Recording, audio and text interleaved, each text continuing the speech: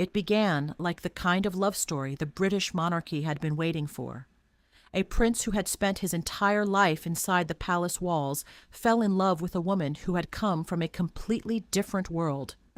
American, an actress, divorced, and never raised to become a member of a royal family. Somehow, Prince Harry believed she could be the woman who changed everything. When Meghan Markle walked down the aisle at St. George's Chapel beside Harry in May 2018, millions of people were watching. It wasn't just a wedding. To many, it felt like a new beginning for the monarchy. A new generation, a new kind of royal family. A prince who seemed determined to do things differently. Harry and Meghan looked young, in love, and completely certain they had found something worth fighting for. Behind the smiles, though, pressure was already building. Within less than 2 years, the couple would make a decision almost no one expected. They would walk away from royal life and leave Britain. The fairy tale that had once promised to modernize the monarchy became one of the deepest family fractures the royal family had seen in generations. So what actually happened? How did a love story that seemed capable of bringing a new generation closer to the monarchy end with Harry and Meghan thousands of miles away from the palace? And now, after everything that happened, why are they coming back to the same country, the same family, and the same royal world they once walked away from? Before Harry and Meghan became one of the most talked about couples in the world, they were simply two people living completely different lives. To understand what happened between them and the royal family, you have to go back to the beginning. Meghan Markle was born in Los Angeles in 1981. Her mother, Doria Ragland, was a yoga instructor and later worked as a therapist. Her father, Thomas Markle, worked in television lighting and photography. Her parents divorced when she was young, but her father remained an important figure in her childhood, and Meghan grew up around the entertainment industry, watching the machinery of television from close range long before she became part of it. She wasn't born into wealth, but she wasn't a stranger to ambition either. As a child, she became interested in acting and writing, and she went on to study theater and international relations at Northwestern University. She was comfortable speaking up. At 11 years old, after seeing a television commercial she believed portrayed women in a sexist way, she wrote letters of complaint, a small, specific act that later became shorthand for her public image, the girl who saw something wrong and challenged it. Becoming an actress, though, was not easy. There were small television appearances, endless auditions, plenty of rejections, and roles that barely lasted. Then, in 2011, her career changed. She was cast as Rachel Zane in Suits. Suddenly, she wasn't just an actress chasing her next job. She had a recognizable role, an audience, and a life she was building on her own terms. By then, she had already been married once. Meghan had dated producer Trevor Engelson for several years before they married in Jamaica in 2011. The marriage lasted roughly 2 years and ended in divorce, described publicly as irreconcilable differences. Some accounts point to the strain of living apart while Meghan filmed Suits in Toronto and Trevor worked in Los Angeles. Other accounts have tried to make the split sound more dramatic than that. Neither Meghan nor Trevor has ever given a full public account of what actually happened. Long before the palace got involved, Meghan already knew what it felt like to have her private life picked apart in public. After the divorce, she kept building. She created The Tig, a lifestyle website covering food, travel, and fashion alongside her own experiences. She got involved in humanitarian and women's causes. She traveled and worked and developed a public identity. And then there was Harry. Prince Harry's life had been public from the moment he was born, the second son of King Charles and Diana. William was the heir. Harry was the spare, and that distinction wasn't just a family label. It shaped how the two brothers were raised and how the world viewed them. They were close, but their childhood was also marked by tragedy. In 1997, Diana died in Paris in a car crash while her driver was being pursued by photographers. Harry was 12. He later said the experience stayed with him for decades, and the image of the two young princes walking behind their mother's coffin became one of the defining pictures of modern Britain. Charles eventually rebuilt his own life, marrying Camilla Parker Bowles in 2005, a woman he'd been involved with even while married to Diana, and while she herself was married to Andrew Parker Bowles. For Harry, his father's remarriage was one more layer on an already complicated history. He'd lost his mother at 12, while his father went on to build something new. Harry grew into a young man who sometimes seemed determined to escape the seriousness of royal life. But underneath the tabloid image was a prince who wanted a purpose of his own. He joined the British Army, trained as an officer, and served in Afghanistan. Military service became one of the defining parts of his identity. He'd had serious relationships before Meghan, too. First with Chelsea Davy and later Cressida Bonas, neither of which ended in marriage. By the time he met Meghan in his early 30s, Harry was no longer the mischievous teenager the public remembered. He was a soldier, a working royal, a charity campaigner, and a man still looking for his own place inside a family where his older brother's future was already mapped out. Then, in the summer of 2016, that changed. Harry and Meghan were introduced through a mutual friend. No palace, no official announcement, no photographers, just two people meeting for a drink. Meghan later said the most important question she'd asked before meeting him was simply whether he was nice. Harry said he was immediately impressed. They met again the next day and then again, and the relationship moved fast. Within weeks, Harry had taken her to Botswana, where they camped under the stars, away from the cameras. Africa already carried deep emotional meaning for Harry. It had been a place he'd escaped to before, and now he was sharing it with the woman who might become his wife. They knew the privacy couldn't last. By October 2016, reports of the relationship were appearing in the British press, and Harry reacted in a way that was unusual for a royal. He publicly defended Meghan, issuing a statement that criticized the media coverage and described what he saw as harassment directed at his girlfriend. This wasn't just another celebrity relationship to him. He feared the attention was becoming genuinely dangerous because he had already watched what relentless press coverage had done to his mother. The relationship began under pressure almost immediately. Meghan wasn't simply dating a famous man. She was dating a member of the British royal family, which meant every photograph mattered. Every old interview could resurface, and every relative could become a headline, including her own. She had two older half-siblings through her father, Samantha Markle, and Thomas Markle Jr., neither of whom was close to her in any conventional sense. As the wedding approached, both became a source of controversy. Thomas Markle Jr. publicly criticized Meghan and warned Harry not to marry her, while Samantha also spoke publicly about her sister. Then came the crisis involving Meghan's father. Thomas Markle had originally been expected to walk his daughter down the aisle, but photographs emerged showing him apparently staging wedding preparation shots with a photographer, which he later admitted to. The episode became a media storm, followed by news that he'd suffered a heart problem and wouldn't attend the wedding at all. In the end, Meghan walked partway into St. George's Chapel alone before Prince Charles met her and walked her the rest of the way. An unforgettable image. A bride without her father, a future duchess walking toward a prince, and a family drama playing out in front of the entire world.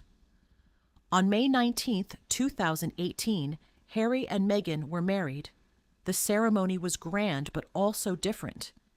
An American bride, divorced, mixed race, entering an institution historically defined by a very different image of British royalty.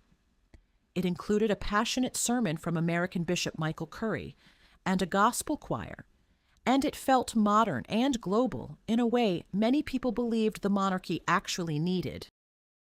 Harry and Meghan became the Duke and Duchess of Sussex and moved into their new royal life, touring Australia, Fiji, Tonga, and New Zealand to enormous popularity. For a while, the story looked like a fairy tale.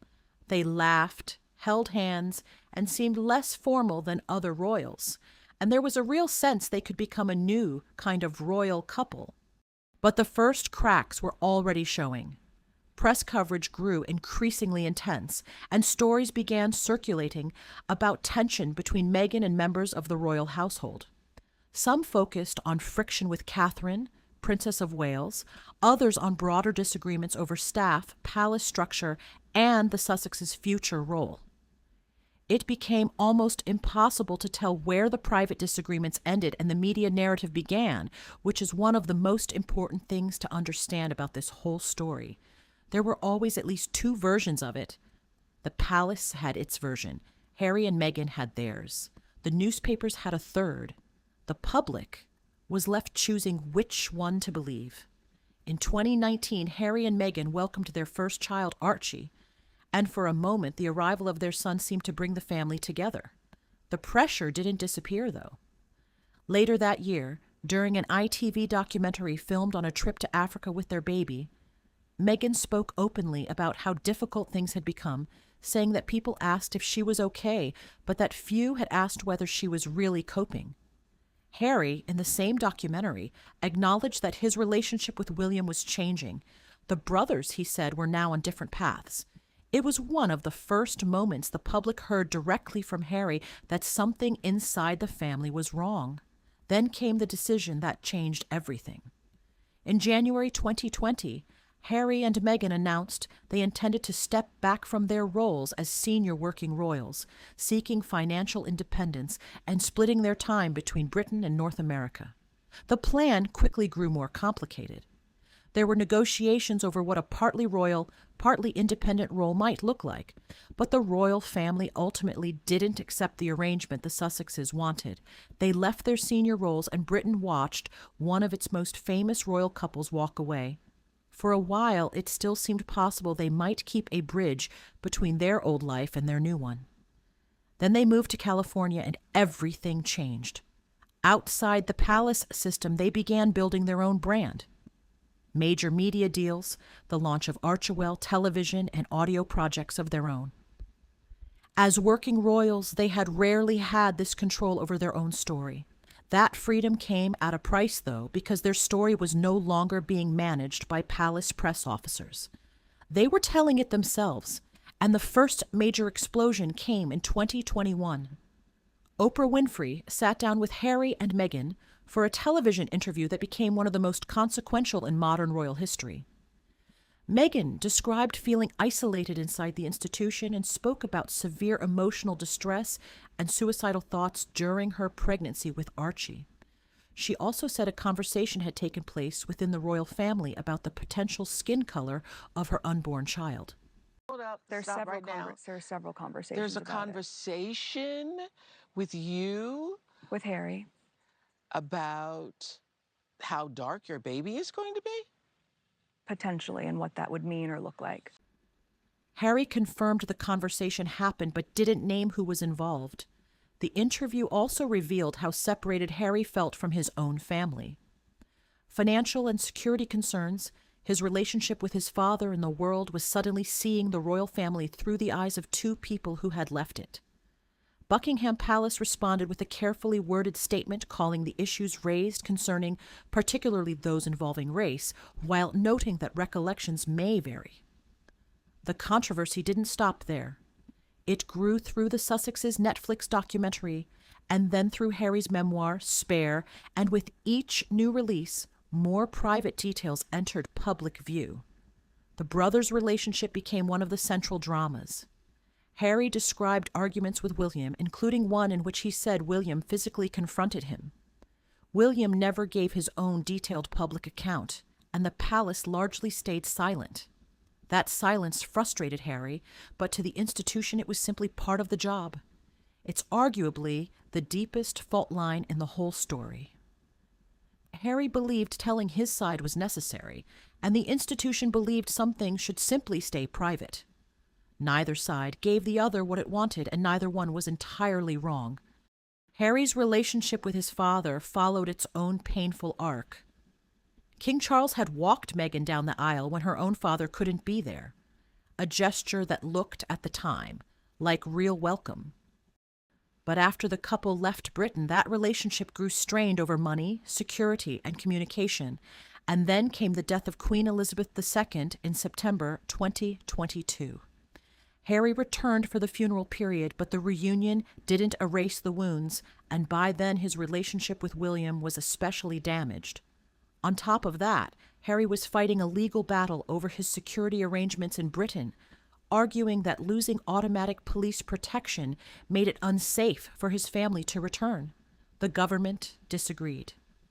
The dispute became another symbol of just how far the Sussexes had drifted from the institution they once served.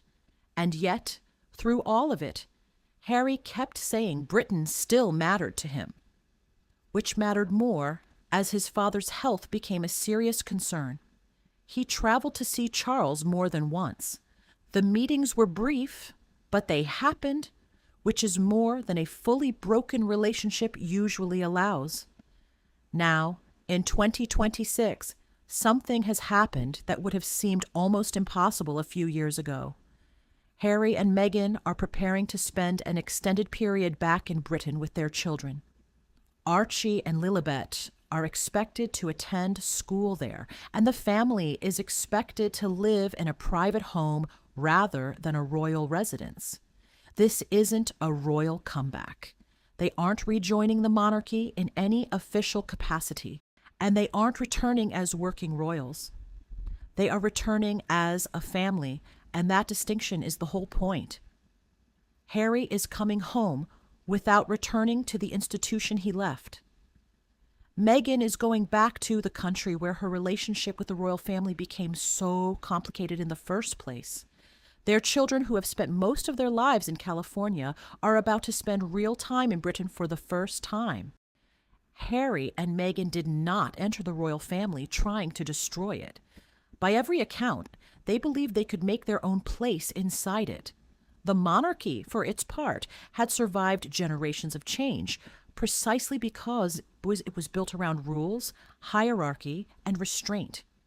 The real problem is that Harry and Meghan wanted something that institution was never built to give. Freedom without losing royal status, privacy while staying globally famous, financial independence while keeping a foothold in royal life, a voice of their own inside a family whose greatest strength has always been collective discipline. None of that was impossible on its own. Together, it was nearly unworkable, and the harder they pushed for control, the further they moved from the institution. And the further they moved from the institution, the more they told the world about what had happened inside it. The palace grew more distant. The Sussexes grew more outspoken. The family grew more defensive. The public grew more divided. Every interview made reconciliation a little harder than the one before it, but the story isn't over. 6 years after they walked away, Harry and Meghan are coming back to Britain, not to Buckingham Palace, not to royal duty, but to the country where their love story began. Their children will have a connection to Britain they never had before. Harry will be physically closer to his father again. The charities and causes he cares about are still tied to Britain. And Meghan, who once arrived in the country as an outsider learning the rules of a royal life, is returning as someone else entirely not the new Duchess anymore, but the woman who left on her own terms. Coming home is easy when you have nothing to prove. It's much harder when the people waiting for you are the same people you once said had failed you. Harry and William may or may not become brothers again instead of two men kept apart by years of distrust. Nobody outside that family knows, and neither probably do they yet. What's already certain is what this story has changed regardless of how it ends. It changed how openly members of the royal family talk about mental health. It put race and belonging inside the institution up for public discussion in a way that had never happened before. And it exposed just how much power the British press still holds over the people it covers. It also created something genuinely new, a kind of royal celebrity that exists outside the monarchy while remaining permanently tied to it. That may be the strangest part of the whole story. Harry and Meghan wanted freedom from the royal machine, but leaving didn't make them less royal in the eyes of the world. If anything, it made their royal story bigger. Every interview pulled the palace back into the conversation. Every photograph raised new questions about the family. Every public appearance was a reminder that Harry is still the king's son, William's brother, and one of the most recognizable members of the House of Windsor. And now, after years of distance, they're coming back. Whether this is the start of real reconciliation or simply a practical decision made for the sake of two children who deserve to know their father's country, the fairy tale version of this story ended a long time ago. What's left is something less tidy and more human.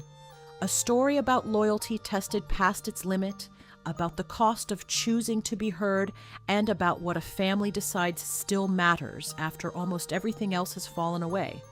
Harry and Meghan set out believing their love could change the British monarchy.